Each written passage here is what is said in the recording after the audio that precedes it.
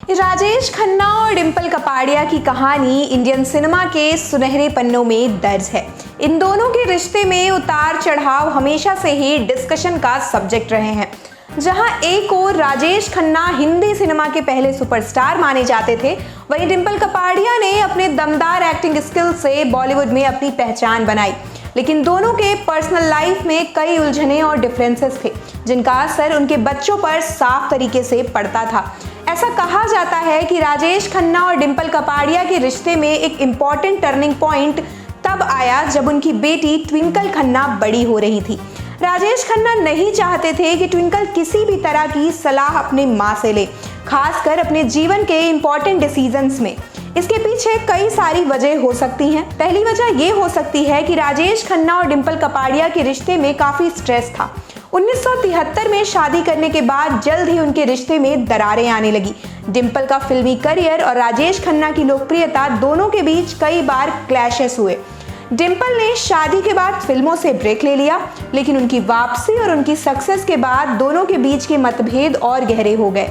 राजेश खन्ना को लगता था कि डिंपल का करियर उनके परिवार पर असर डाल रहा है और शायद वो नहीं चाहते थे कि उनकी बेटी भी अपनी मां की तरह फिल्मी दुनिया के ग्लैमर में खो जाए।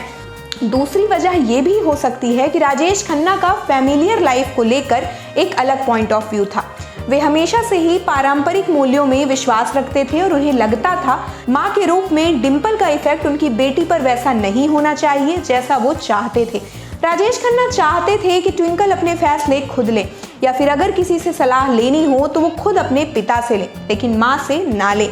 राजेश खन्ना के मन में ये भी बात हमेशा होती थी कि डिंपल के साथ उनके मतभेदों का असर उनके बच्चों पर ना पड़े। कई बार ऐसा होता है कि जब माता पिता के बीच के रिश्ते ठीक नहीं होते तो वे एक दूसरे के विचारों या डिसीजंस को लेकर भी असहमति जताते हैं।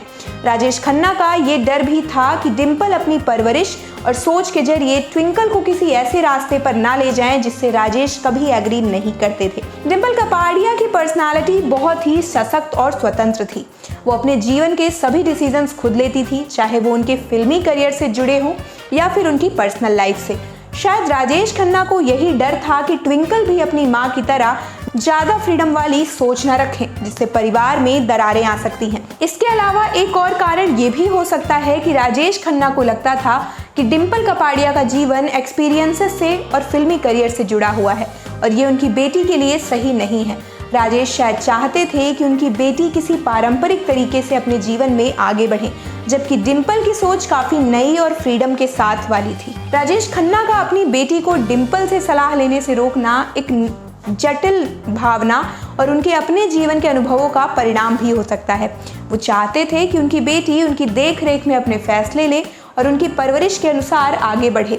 वहीं दूसरी ओर डिंपल कपाड़िया ने हमेशा अपनी अलग आइडेंटिटी बनाई और अपने जीवन के डिसीजंस खुद लिए, जिससे उनके बच्चों पर भी फ्रीडम की भावना का काफी असर पड़ा। आप देख रहे हैं सौगंध टीवी, सौगंध वतन की।